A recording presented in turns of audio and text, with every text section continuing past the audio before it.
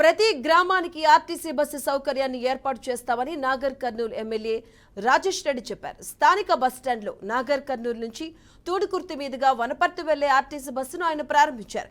గత ప్రభుత్వం అనేక రూట్లలో ఆర్టీసీ సేవలను నిలిపివేసిందని, వాటిని మళ్లీ ప్రారంభిస్తామని ఎమ్మెల్యే భరోసా ఇచ్చారు.